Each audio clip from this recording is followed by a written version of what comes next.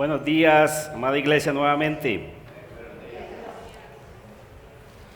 Estamos contentos, felices, dichosos de que Dios en su gracia nos permita estar hoy en su santo día aquí reunidos para glorificar y exaltar su santo nombre.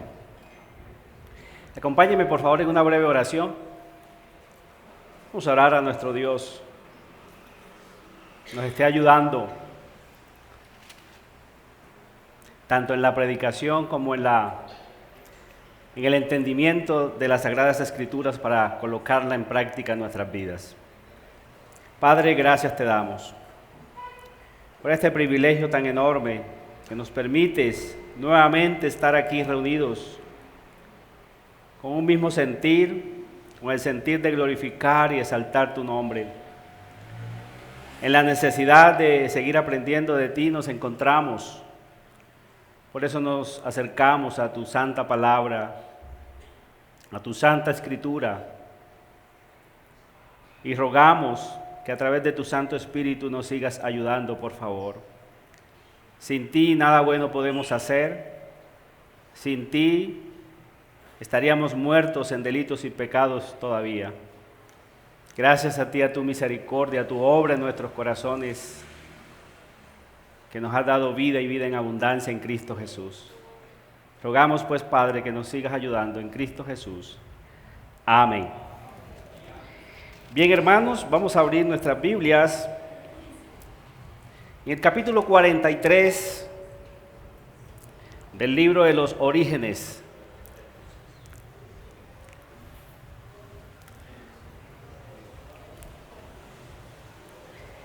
Capítulo 43. Hemos avanzado bastante, gracias a Dios. Y hoy llegamos a este capítulo.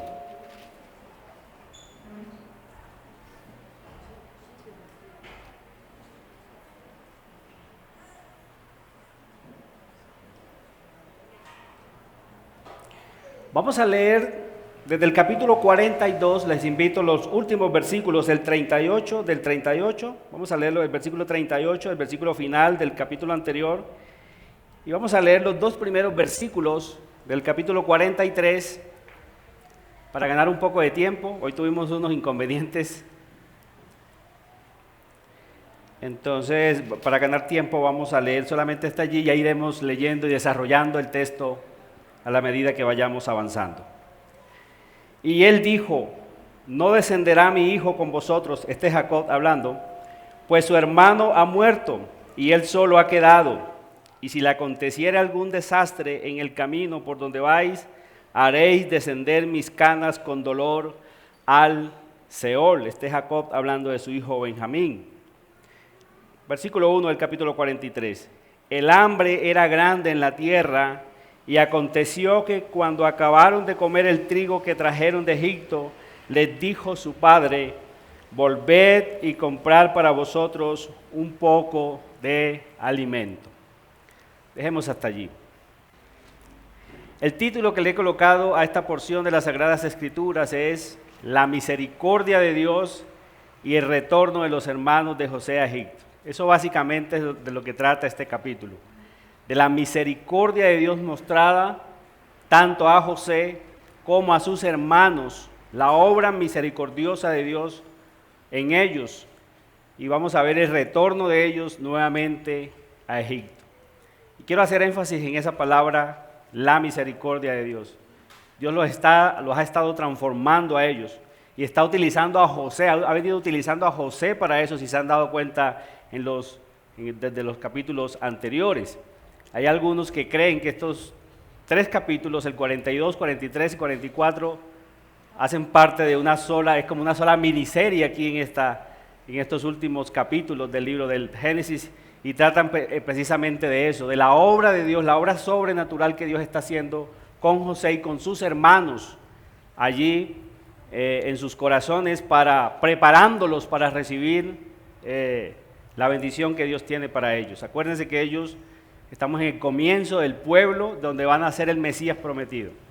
¿Sí? Cada uno de ellos va a ser cabeza, su nombre va a ser tomado como cabeza, ¿cierto? O el nombre de ellos va a ser tomado como cada una de las cabezas del pueblo, de las 12 tribus que conforman el pueblo de Israel. Y Dios los está preparando a ellos, los está preparando, sus corazones están siendo transformados para recibir esa bendición. La misma nación va a demorar 430 años allí en Egipto, tal como Dios se lo había profetizado al mismo Abraham en el capítulo 15 de este mismo libro, como ya lo hemos visto. Entonces el tema de estos 3 capítulos básicamente es el mismo, pero especialmente aquí el tema es el fruto de la misericordia de Dios. Vamos a estar viendo en la vida de ellos el fruto de esa misericordia de Dios, mostrada a los hermanos de José, transformándoles y llevándoles al arrepentimiento, utilizando providencialmente al mismo José para ello.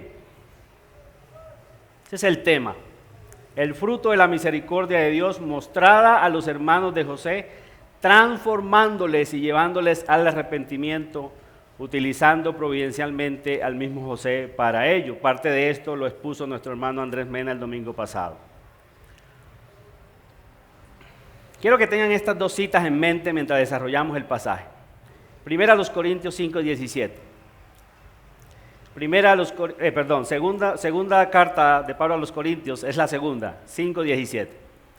Es un texto muy conocido. Segunda a los Corintios 5:17 dice: de modo que si alguno está en Cristo, nueva criatura es. Las cosas viejas pasaron, he aquí, todas son hechas nuevas. Eso es algo seguro, hermanos. Eso es algo que está seguro, asegurado por Dios. Ese es el fruto de estar en Cristo. ¿Cuál es ese fruto? Que somos hechos nuevas criaturas. Las cosas viejas pasaron. Y miren esa expresión que utiliza Pablo allí. He aquí, he aquí. Eso es para llamar la atención del lector. Es una palabra que se utilizaba una expresión que se utilizaba para llamar la atención de los lectores. He aquí, todas son hechas nuevas. Gálatas, el apóstol Pablo también escribiendo acerca de la gracia de Dios, acerca de lo que significa estar en Cristo, acerca de lo que es tener la fe verdadera en Cristo. En Gálatas 5:6 él escribe: porque en Cristo Jesús ni la circuncisión vale algo, ni la incircuncisión. Acuérdense que ellos ya estaban circuncidados, ya Dios le había dado en el pacto estaba incluida la circuncisión en su padre Abraham, en el padre de ellos, el padre de la fe. Pero está diciendo Pablo que eso no vale. Eso no vale, en realidad eso que se hace externo, eso no vale. Ni la circuncisión ni la incircuncisión tienen como un poder místico en el alma de las personas como para transformarlos. Eso es lo que está diciendo Pablo aquí. Si no, ¿qué es lo que tiene poder en el corazón de una persona? La fe que obra por el amor. Es la fe. Es la fe. Y eso lo hemos visto ya cuando Dios llama a Abraham, ¿cierto? Desde que Dios llama a Abraham. Acuérdense que la esposa de Abraham era estéril. Dios promete que le va a dar un descendiente a Abraham de una manera sobrenatural. Y eso ya prefiguraba el nuevo nacimiento. Todos aquellos que estamos en Cristo es porque hemos tenido un nacimiento sobrenatural. Nos ha hecho nuevas criaturas. Y es lo que dice el Señor Jesucristo allí en Juan 3, en capítulo 3, ¿cierto? De cierto te digo, le dice a Nicodemo, que el que no naciere de nuevo no puede ni ver ni entrar al reino de Dios. Entonces es algo tremendo. Y es bueno hacer ese énfasis, hermanos, porque yo sé que muchos de ustedes aquí, al igual que yo, hemos salido de algunas iglesias, ¿cierto? Nuestros familiares se han quedado allá, pero lo que se escucha, al menos conmigo lo han hecho y con varias personas que he hablado de ustedes, entre ustedes, les ha pasado lo mismo, y es que los mismos familiares que se han quedado en esas congregaciones, o los mismos pastores que teníamos allá, o los mismos hermanos en la fe que teníamos allá, ellos lo que dicen ahora es, esas personas se han ido para una iglesia que dice que la salvación no se pierde, e inmediatamente se les viene a la mente que es que cuando nosotros afirmamos que la salvación no se pierde, es que nosotros podemos vivir de cualquier manera y al final todos seremos salvos. No, hermanos, es una acusación totalmente falsa acerca de nosotros. No es lo que creemos ni es lo que muestra la Escritura. Como dijo alguien, nosotros creemos en la perseverancia de los santos, no de los impíos. Creemos en la perseverancia de los santos. Y eso es lo que creemos, hermanos, que a alguien que Dios ha escogido, Dios nos encuentra en delitos y pecados. Dios nos encuentra muertos espiritualmente, pero nos escoge para santificarnos, para que nos parezcamos a Cristo. Y eso es lo que creemos y eso es lo que muestra básicamente este pasaje, lo que está mostrando con los hermanos de José y con el mismo José, según el Salmo 105. Entonces eso es bueno que lo tengamos en cuenta, hermanos. Dios nos encuentra muertos en delitos y pecados, pero no nos deja como nos encontró. Nos encuentra una masa caída, putrefacta, depravada, pero para transformarnos. Eso es lo que dice precisamente, como se los anticipé ahorita, Efesios capítulo 1, el versículo 4. Dice, según nos escogió en Él antes de la fundación del mundo, para que fuésemos santos y sin mancha delante de Él. Y este proceso es lo que Dios está haciendo con José y con ellos mismos. Ya en José lo ha hecho, según el Salmo 105, los versículos 16 al 17 dicen de la siguiente manera. Trajo hambre sobre la tierra, ahí estamos en el capítulo 43. Dios trajo hambre sobre la tierra, Dios es soberano, Dios fue el que trajo esa hambre sobre toda la tierra. Dice, y quebrantó todo sustento de pan, envió un varón delante de ellos, a José, quien fue vendido por siervo. Afligieron sus pies con grillos, en cárcel fue puesta su persona. Eso ya lo vimos. Hasta la hora que se cumplió su palabra. El dicho de Jehová le probó. Eso era lo que estaba haciendo Dios con José. Él va camino a la exaltación hacia Egipto, pero antes de eso debe ser probado. Debe ser probado para que su corazón sea realmente transformado por el poder de Dios. Y eso lo mostró José aún en la cárcel, siendo siervo de siervos. Como se los decía en clases anteriores, nosotros cuando vemos la vida de José, bueno, hasta la casa de Potifar, uno podría decir, bueno, José, pero no te ha ido tan mal, eres un esclavo, pero en la casa de un hombre prominente, y estás sirviendo allí con alegría y sencillez de corazón. Pero después vemos a José que desciende aún más en la cárcel, siendo esclavo de esclavos, y José está sirviendo de la misma manera como sirvió en casa de aquel hombre prominente allí en la casa de Potifar. Entonces lo que está haciendo Dios con él era eso, probándolo, Dios tratando con su corazón, y es lo mismo que está haciendo en la vida de los hermanos de José. Dios los ha venido pasando por grandes aflicciones, mis hermanos, para que se arrepientan. Aún la misma nación después, como lo vamos a ver, si Dios lo permite, desde Éxodo en adelante, tiene que ser probada de la misma manera. Dios les va a dar la tierra prometida a ellos, pero antes tienen que pasarlos por grandes aflicciones para su santificación según su gran misericordia. Alguien dijo también muy acertadamente que cuando Dios nos aprieta, a veces pensamos que nos vamos a morir, ¿cierto? Cuando sentimos que Dios nos está matando, en realidad lo que está haciendo es salvándonos de nuestros propios pecados, haciendo ver qué tan sensibles somos, qué sensibles somos, qué vulnerables somos.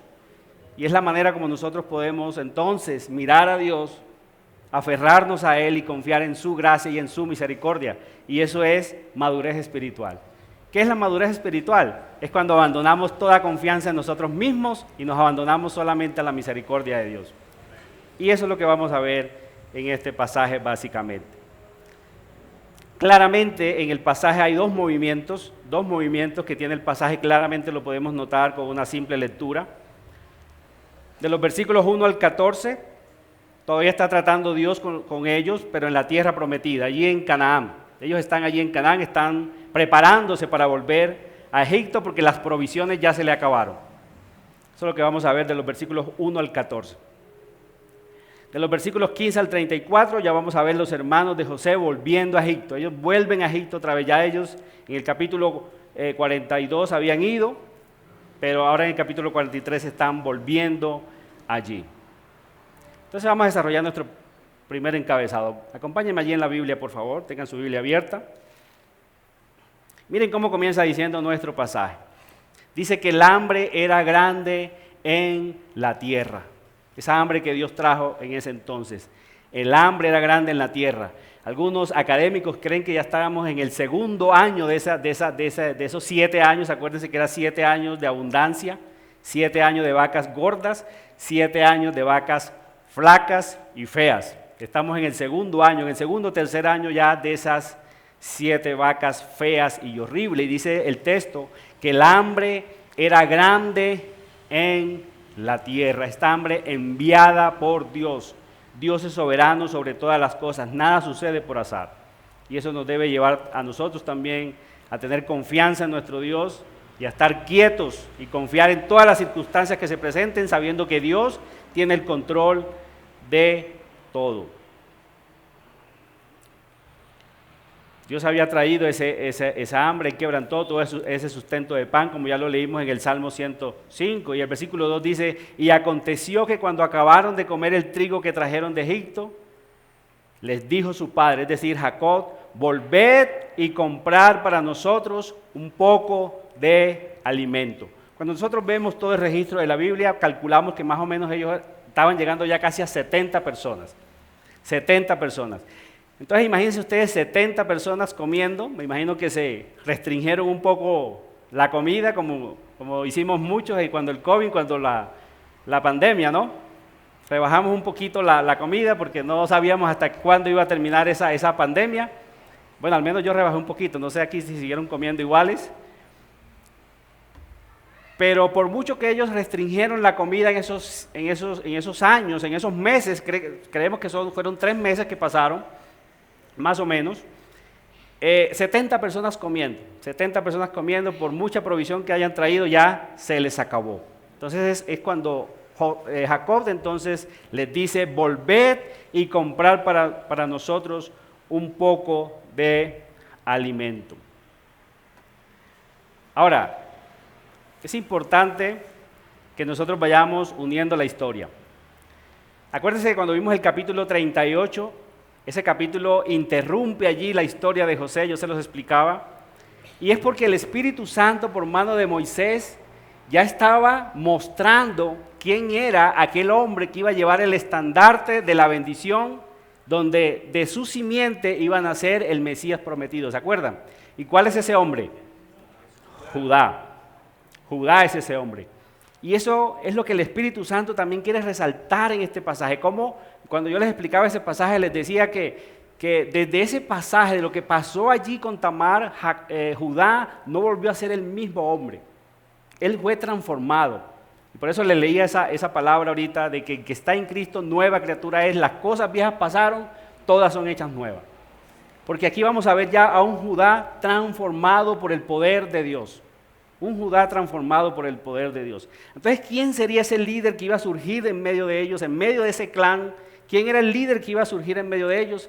Y el texto nos va a decir que es Judá. Mire lo que responde Judá. Ante la petición de su padre, él se levanta y dice, aquel varón, hablando de José, él no sabe todavía que es José, pero dice, aquel varón nos protestó con ánimo resuelto diciendo, no veréis mi rostro si no traéis a vuestro hermano con vosotros. Acuérdense que eso era lo que había dicho José. ¿Con quién se quedó José preso? ¿Se acuerdan? ¿Con quién? Con Simeón. Él retuvo a Simeón y la petición de José, ¿cuál fue? Si ustedes no me traen a su hermano menor, este hombre se va a quedar aquí preso conmigo. Y ahora, algo tremendo es que mire que han pasado cerca de 3 meses. Y Jacob los está enviando nuevamente, ¿pero por qué? Porque se les acabó la comida. Se les había acabado el alimento. Es decir, que Simeón, para Jacob, no era que valía mucho, ¿cierto? Todavía vemos ese favoritismo. El texto, mire que en textos anteriores nos ha mostrado ese favoritismo que tenía Jacob con los hijos de su amada Raquel.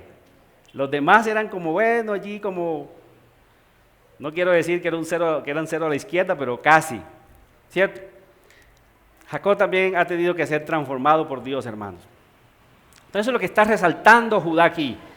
que José les había dicho resueltamente: no veréis mi rostro si no traéis a vuestro hermano con vosotros. Si enviares, entonces dice Judá, una petición muy respetuosa que él está haciendo a su padre: si enviares a nuestro hermano con nosotros, descenderemos y te compraremos alimento. Pero si no lo enviares, no descenderemos, porque aquel varón nos dijo: no veréis mi rostro si no traéis a vuestro hermano con vosotros. Eso fue lo que José les dijo muy resueltamente. Algo innegociable para ellos: si no traen a su hermano menor, ustedes ni siquiera se presenten delante de mí, porque no los voy a recibir. Versículo 6. Entonces Israel, es decir Jacob, dijo: ¿por qué me hiciste tanto mal, declarando al varón que tenías otro hermano? Esto es lo que Jacob dice. En otras palabras, ustedes, ¿por qué son como tan lengua fácil? ¿Por qué hablan más de la cuenta? ¿Por qué dieron esa información? ¿Cierto? Pues está tratando aquí como que de lenguas largas. Lenguas largas. ¿Se ha encontrado usted con ese tipo de gente, cierto? No, como que, oye, lo único que tienes que hacer es quedarte callado, no hables. Ya con eso haces mucho. Y entonces es la acusación que le está haciendo a ellos. Pero es una acusación también injusta, porque parece ser que aunque el texto anterior no lo dice, José los persuadió. José, conociéndolos, es su hermano. Ellos no lo saben, pero él sí sabe que es su hermano. Él los persuade para que le den toda esta información. Versículo 7 dice: y ellos respondieron: aquel varón nos preguntó expresamente por nosotros y por nuestra familia, diciendo: ¿vive aún vuestro padre? ¿Tenéis otro hermano? Y le declaramos conforme a estas palabras. Es decir, ellos están diciendo: no tuvimos otra opción, tuvimos que decirle que teníamos un hermano menor. Mire lo que sigue diciendo: ¿acaso podíamos saber que él nos diría: hacer venir a vuestro hermano? Es decir, ellos están dando esa explicación. Versículo 8. Entonces Judá, mire lo que hace Judá. Entonces Judá dijo a Israel su padre: envía al joven conmigo y nos levantaremos e iremos, a fin de que vivamos y no muramos nosotros y tú y nuestros niños. O sea, no tenían otra opción, era ir a Egipto a buscar alimentos o quedarse en Canaán y morir de hambre. Y eso es lo que él está haciendo con su padre, lo está tratando de persuadir muy respetuosamente, le está diciendo. O sea, que muramos nosotros y tú también vas a morir, y nuestros niños también, tus nietos van a morir. Y el versículo 9, ese versículo me encanta, desde la primera vez que lo leí, me encanta. Yo te respondo por él, a mí me pedirás cuenta. Si yo no te lo vuelvo a traer y si no lo pongo delante de ti, seré para ti el culpable para siempre. ¿Qué Judá tan transformado vemos aquí ya? Ya no es ese Judá egoísta que vimos en el capítulo 38, ¿se acuerdan? Los primeros versículos, ¿qué hizo él? Se apartó de sus hermanos, se fue allí ante una mujer cananea, la ve, la codicia, se casa con ella, mezcla su linaje con ese linaje que Dios había dicho que no estaría en su congregación, y lo vemos actuar egoístamente. Vemos que era un hombre promiscuo, un hombre que apenas ve a Tamar disfrazada, ahí mismo le dice: déjame llegarme a ti. Todo eso lo vimos en el capítulo 38, pero aquí vemos a un Judá totalmente distinto. Y es lo que les decía, hermanos: el que está en Cristo, nueva criatura es. Las cosas viejas tienen que pasar, porque todas son hechas nuevas. Dios es fiel, la obra transformadora de Dios en el corazón nuestro tiene que ser real. ¿Me escuchan? Tiene que ser real, porque Dios es real y su poder es real en nuestras vidas. Vemos aquí a Judá como un tipo de Cristo. El otro día les leí por lo menos una docena de tipos de José con Cristo, pero en realidad el tipo más prominente en toda esta sección de Cristo es Judá. Aquí se está presentando como fiador por su hermano. ¿Y quién hizo eso después? El mejor y más perfecto Judá. se presenta como fiador de toda su iglesia delante de su Padre. En su sacrificio, Él llevó el castigo que era sobre nosotros y se acabó, llevó la culpa para siempre delante de nuestro Dios. ¿Sí ves la similitud que hay aquí entre Cristo y Judá?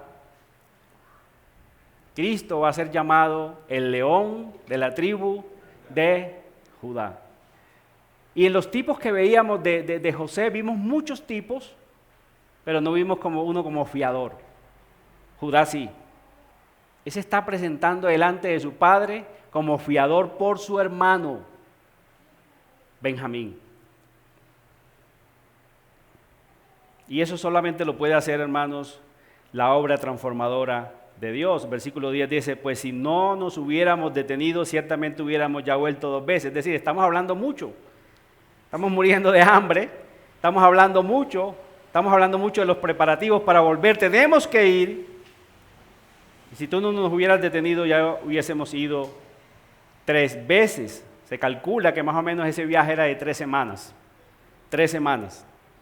3 semanas de Egipto, de la tierra prometida donde ellos estaban viviendo a Egipto. Era un viaje de 3 semanas, en asnos, en camellos. Era un viaje de 3 semanas. Algo importante que podemos nosotros aquí también extraer de este texto es que Judá sabe perfectamente todavía, y todos los hermanos saben, que el favorito de Jacob es ¿quién? Benjamín. Era José, cierto, pero ante la desaparición de José, el favorito ahora es Benjamín. Sin embargo, también podemos rescatar, hermanos, lo que les decía ahorita, y eso nos puede llevar también a pensar en la obra transformadora de Dios sobre Judá. Es que ya vemos a un Judá aquí que ya no le importa eso. Cuando tú sabes que Dios es tu Dios, tú no estás mirando quién te ama y quién no. Tú te preocupas es por amar a los otros, no en quién te ama a ti. Eso es algo que solamente la obra de Dios puede hacer en nuestra vida. Es decir, Judá sabe que él no es el favorito de su padre, pero su padre sí es un favorito para Judá en su corazón. Él no quiere ver a su padre sufrir. Y por eso él se presenta como fiador delante de su papá por Benjamín. Es muy posible que si cualquiera de los otros hermanos muriese, y eso lo podemos rescatar porque mire que está preso Simeón allá en Egipto. Sin embargo, en todo el relato él no ha mencionado a Simeón para nada. Él no dice, vayan porque mi hijo está ya preso y lo extraño, no. Es el hambre lo que lo está haciendo o los está mandando nuevamente a ellos allá. Pero vemos a Judá aquí que él entiende eso. Y aún así, él está dispuesto a dar su vida por su hermano con tal de que su papá no sufra. ¿Se acuerdan en el capítulo anterior? Rubén, el primogénito, había ofrecido también algo, pero ¿qué ofreció él? Sus hijos. Ah, mis hijos, puede escoger a ellos. Pero aquí vemos que Judá está ofreciendo es su propia vida, un sacrificio mayor. Entonces, ¿qué va a hacer Jacob ante esto? El versículo 11. Entonces Israel, su padre, le respondió, pues que así es hacerlo. Tomad de lo mejor de la tierra en vuestros sacos y llevad a aquel varón un presente, un poco de bálsamo, un poco de miel, aromas y mirra, nueces y almendras, es decir, un presente adicional. Era muy típico en la época cuando de alguien inferior mandarle presentes a alguien superior. Y el versículo 12 dice, y tomad en vuestras manos doble cantidad de dinero. Acuérdense que el dinero de ellos, cuando ellos vinieron con sus sacos, José mandó que a cada uno de ellos le devolvieran su dinero, ¿se acuerdan? En sus sacos, cuando ellos llegaron a la tierra prometida, ellos se dan cuenta de eso. Dice, doble cantidad de dinero y llevad en vuestra mano el dinero vuelto en las bocas de vuestros costales, es lo que les decía. Quizás fue equivocación, o sea, quizás él está adelantándose a eso. Y miren el versículo 13. Tomad también a vuestro hermano y levantaos y volved a aquel varón. De último, pero él accede, ¿cierto? Llévenle mirra, llévenle miel, llévenle estos presentes y de todas maneras tomen a su hermano y allí como con dolor, con mucho dolor, él deja ir a su hermano, lo que le queda de su amada Raquel. El versículo 14. Por fin él hace la oración, lo que ha tenido que hacer desde el principio, lo viene a hacer en el versículo 14. Y el Dios omnipotente os dé misericordia delante de aquel varón. Dios va a responder esta petición obviamente. Y os suelte al otro vuestro hermano, si se acuerda, y a este Benjamín. Y si he de ser privado de mis hijos, séalo. Es decir, él ya dice, si esta es la voluntad de Dios que yo pierda a mis hijos, bueno, que así sea. Él entiende, por fin entiende lo que es la soberanía de Dios, que Dios está al control de todas las cosas. Entonces él confía en eso. Eso nos hace eco, por ejemplo, cuando se acuerdan de los tres hermanos, los tres hombres con Daniel en Babilonia, ¿cierto? Sadrach, Mesach y Abednego.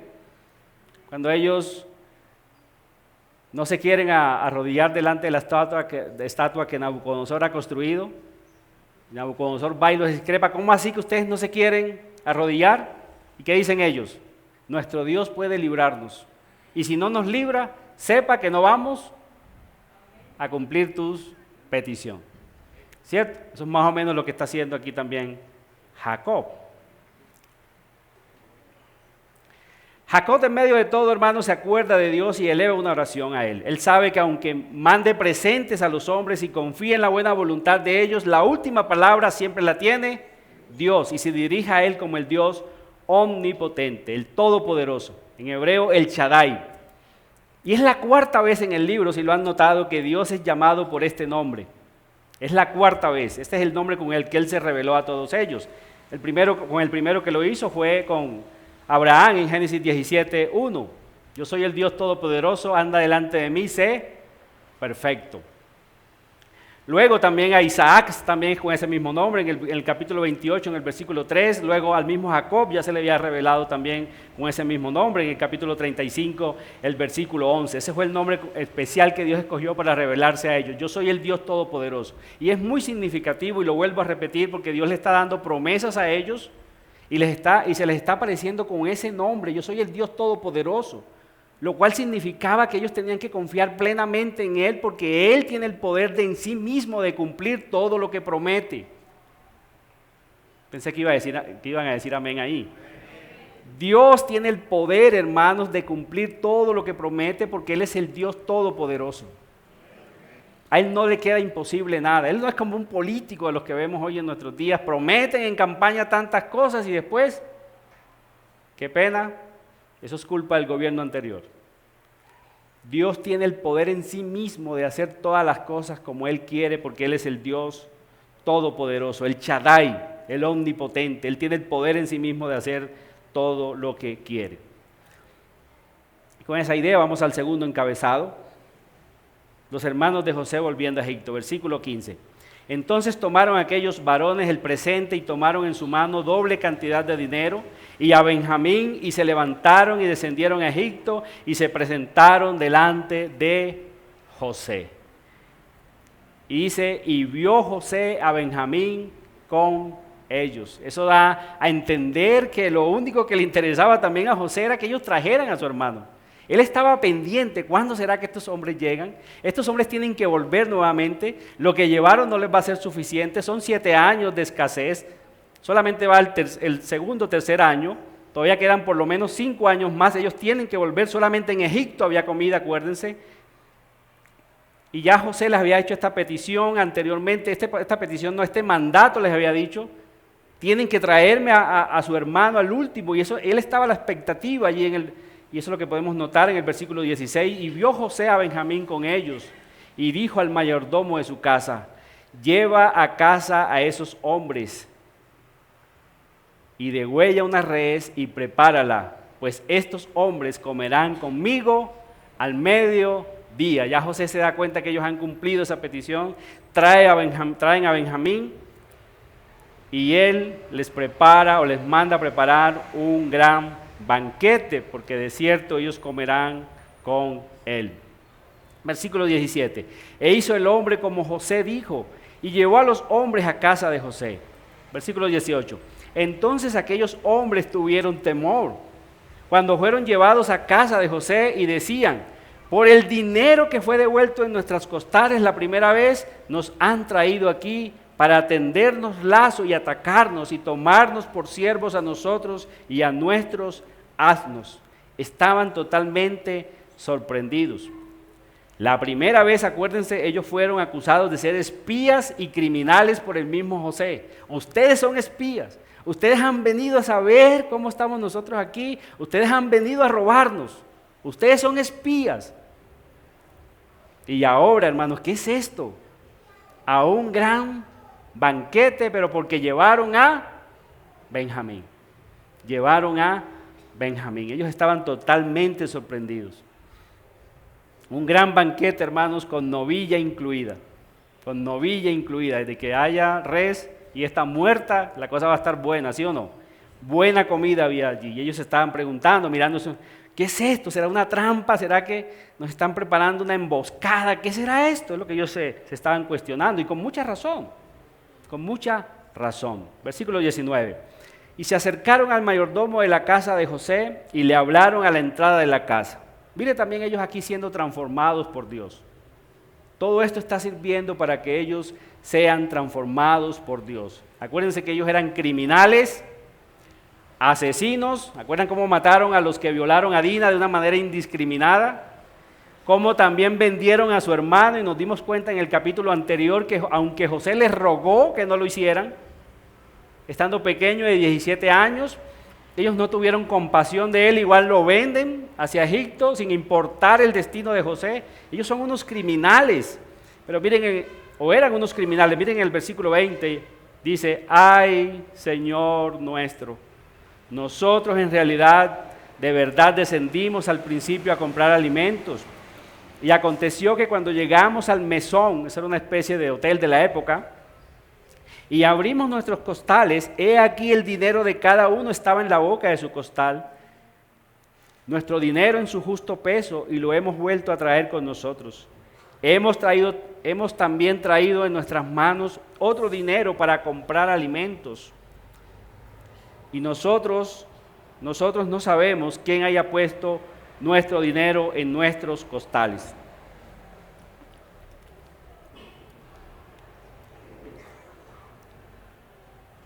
Ellos también definitivamente, hermanos, han sido transformados por la gracia del Señor, por la gracia y misericordia de Dios. Están diciendo la verdad, están diciendo la verdad. Y vamos a ver también en la respuesta del mayordomo la influencia espiritual de José en Egipto. Ha salido la pregunta aquí varias veces que si la esposa de José fue salva. Yo creo que sí, yo creo que sí. Y podemos comprobar eso en cierta manera con este pasaje, con este texto que sigue. Mire cómo el mayordomo les respondió a ellos. ¿Qué les dijo? Paz a vosotros. Ese es shalom en el hebreo. Y es un término totalmente hebreo. No es egipcio. Paz a vosotros. No temáis, les dice. Vuestro Dios. ¿Cómo sabe él que ellos tienen un Dios? Y el Dios de vuestro Padre, ¿cómo lo sabe? Os dio el tesoro en vuestros costales, yo recibí vuestro dinero. Qué influencia tan tremenda de José en Egipto. Su mayordomo tiene un lenguaje totalmente cristiano. Podríamos decir que su mayordomo es cristiano como él. ¿De dónde aprendió eso? ¿Lo aprendió por sí solo? La influencia de José en Egipto. Y eso, hermanos, debe ser muy retador para nosotros. ¿Y cuál es nuestra influencia en todo nuestro entorno? En nuestro trabajo. Los que estudian en su estudio, ¿saben tus amigos que al menos eres cristiano? En el vecindario, ¿saben nuestros vecinos que somos cristianos?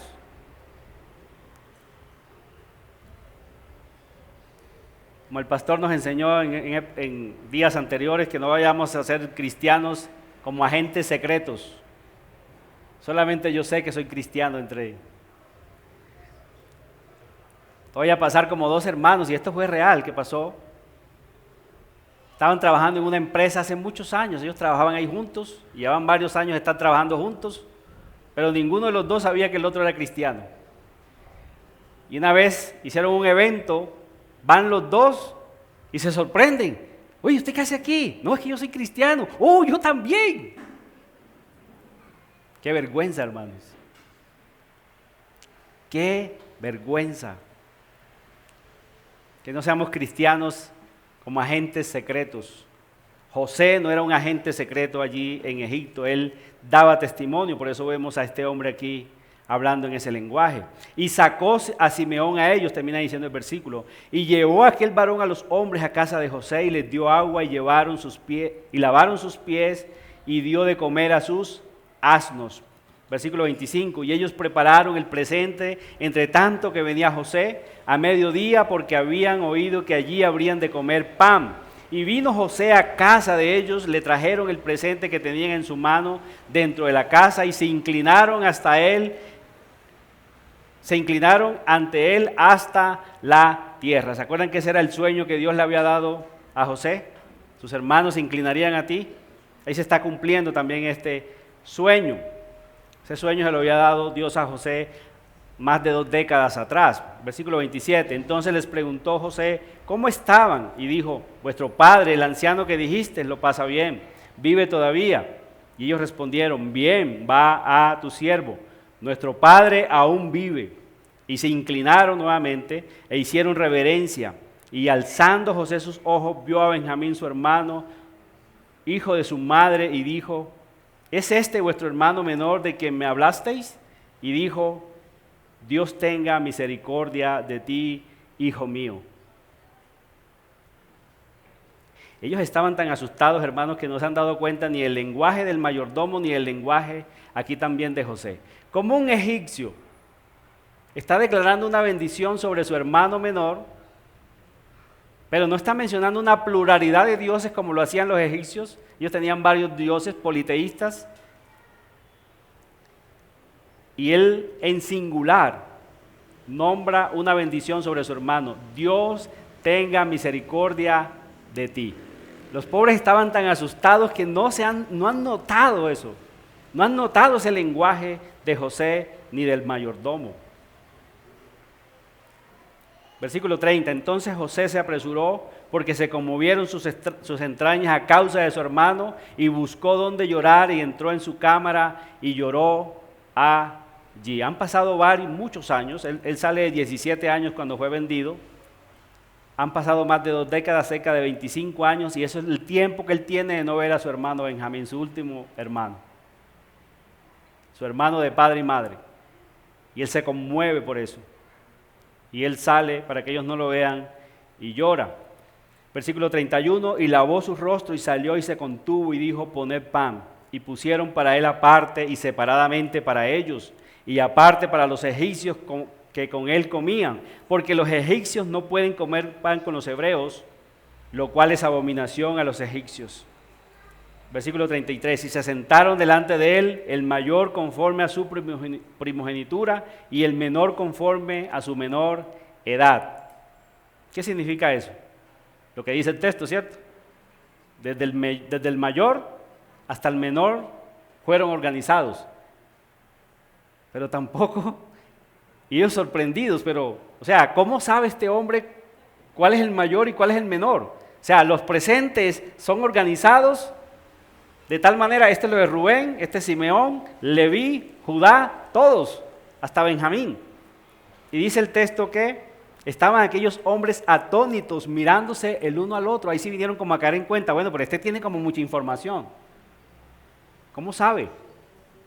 ¿Cómo sabe cuál es el mayor y cómo sabe cuál es el menor? Bueno, ya el menor ya se lo habían dicho, ¿cierto? Pero ¿cómo sabían el nombre de todos ellos? Cuando leemos allí, bueno, me tocó leer los capítulos anteriores para ver cómo era el orden. Rubén, Simeón, Leví, Judá, Dan, Neftalí, Gad, Aser, Isaacar, Zabulón y por último Benjamín. José era de los 12 también, pero él estaba allí presente y esto a ellos les causó mucha curiosidad, se miraban unos a otros. Dice, y José tomó viandas delante de sí para ellos, mas la porción de Benjamín era ¿qué?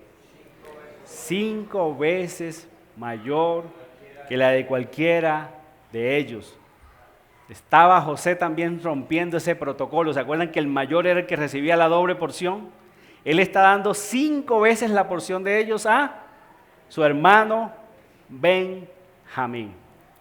Y es bueno recapitular qué fue lo que los enfadó a ellos. ¿Se acuerdan en el capítulo 37? ¿Qué fue lo que los enfadó a ellos? ¿Qué fue lo que los llevó a ellos a tener tanta envidia con José y venderlo a Egipto? De ser criminales, inclusive queriendo matarlo al principio. ¿Qué fue lo que los enfadó? Precisamente el favoritismo que tenía el favoritismo que tenía Jacob con José. Y miren también la obra de misericordia allá en el corazón de estos hombres. ¿Se enfadan aquí? Bueno, tampoco tenían mucha opción de enfadarse, ¿cierto? Pero podemos ver que ellos también están siendo transformados por la misericordia de Dios. Ya no les importa. Mire cómo termina diciendo el texto. Y bebieron y se alegraron con él. Oh, le dieron 5 veces a nuestro hermano menor. Pero qué bueno, está bien. Ya no se enfadan como en el capítulo 37. Eso muestra, hermanos, de que aquella persona en la cual Dios trata a través de aflicciones, los testarudos, Dios nos coge y nos mete en la aflicción. El consejo del salmista es que no seamos como el mulo, ¿cierto? Dice la Escritura. Como el caballo, como el mulo, que no se, con cabestro y freno no se sujetan a Dios. Pero si yo hiciera un estudio aquí en medio nuestro, la mayoría de nosotros hemos sido como el mulo, sin entendimiento, que hemos tenido que ser sujetados con cabestro y freno de parte de Dios. Y eso es lo que eran los hermanos de José. Ellos están pasando por la aflicción. Dios está utilizando a José para ellos, pero vemos aquí a hombres transformados por Dios, porque el que Dios llama, Dios transforma. No predicamos que la salvación no se pierde y no importa cómo tú vivas, eso no lo predicamos aquí. Dios al que llama lo santifica, lo transforma. Nueva criatura es, las cosas viejas pasan, todas son hechas nuevas. Y eso es lo que está mostrando el Espíritu Santo aquí por mano de Moisés. Gloria a Dios, hermanos, ellos están siendo transformados por el poder de Dios. ¿Qué podían aprender Israel en el desierto cuando Moisés les leyó esta historia? ¿Qué tenían ellos que aprender? ¿Qué tiene esto que ver con Israel en el desierto? Acuérdense que ellos son la audiencia original de estos pasajes. Para Israel en el desierto, tenían que confiar en la providencia y misericordia de Dios, que así como Dios guardó a Jacob y a toda su familia de morir de hambre en medio de una hambruna, ellos también tendrían que confiar en que Dios les iba a proveer providencialmente en medio de ese desierto áspero, inhóspito, donde también la comida era muy escasa. Ellos tenían que confiar en Él, y más cuando Moisés les leyó esta historia. Y también tenían que aprender que las aflicciones que ellos habían pasado, tanto en Egipto y ahora estaban pasando en el desierto, eran para llevarlos cada vez más al arrepentimiento y la fe en el Dios Todopoderoso.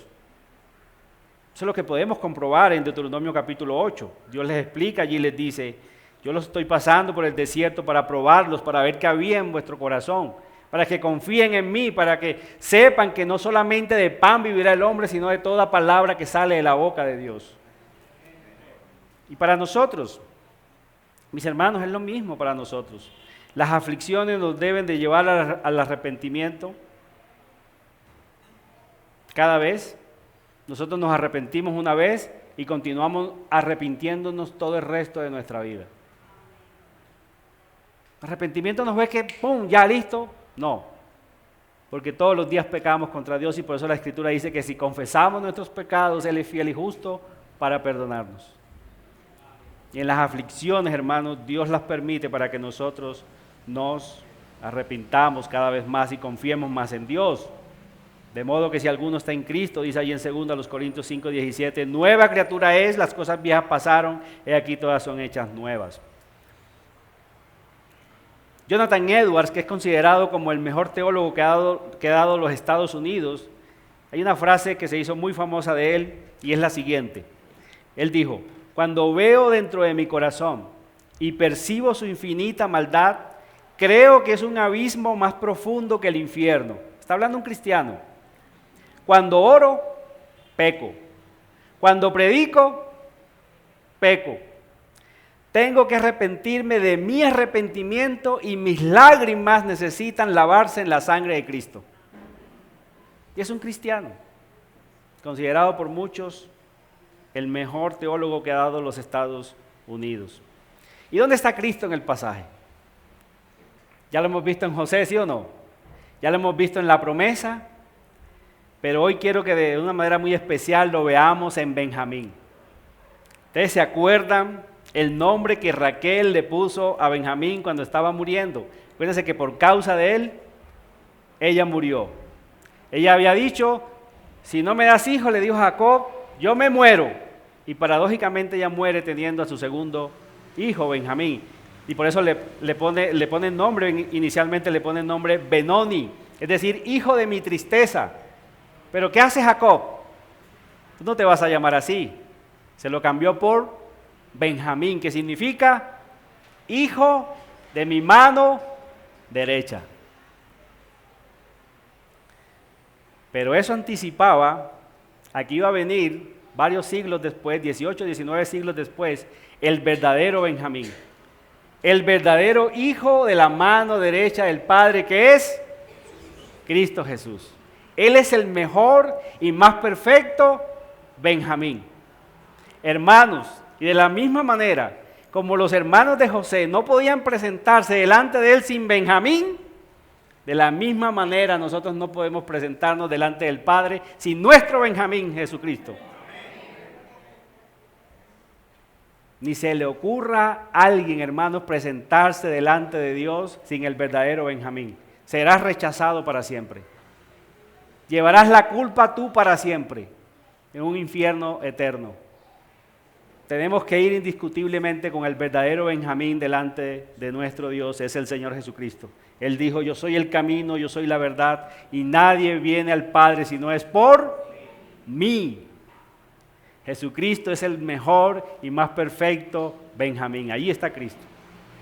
Ahí está Cristo en la vida de Benjamín. Y para los amigos es exactamente lo mismo. Si hay personas que nos visitan por primera vez, tienes que llevar a Cristo cuando te presentes delante de Dios y no serás rechazado para siempre.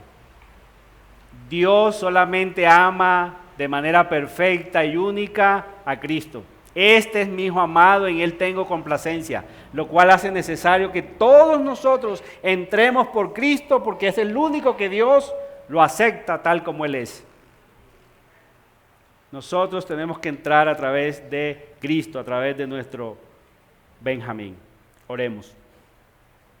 Padre, gracias te damos por tu palabra. Sigue edificándonos, Dios. Síguete glorificando en medio nuestro. Que tu palabra siga corriendo y siga siendo glorificada. Que tu palabra siga rompiendo nuestro corazón. Que muchas veces se resiste. Es nuestra lucha. Es nuestra lucha continua, Dios. Porque no te amamos como Cristo te amó todavía. No hemos llegado a la plenitud de Cristo, ni llegaremos de este lado de la vida. Pero ayúdanos a seguir avanzando, por favor. En pasos lentos, pero que sean seguros, firmes. Permítenos seguir avanzando. Permítenos seguir creyendo. Líbranos, por favor, de ser apóstatas. Que todos los que estamos en este recinto gocemos de la eternidad con tu Hijo Jesucristo. Te lo pedimos, te lo suplicamos. Amén.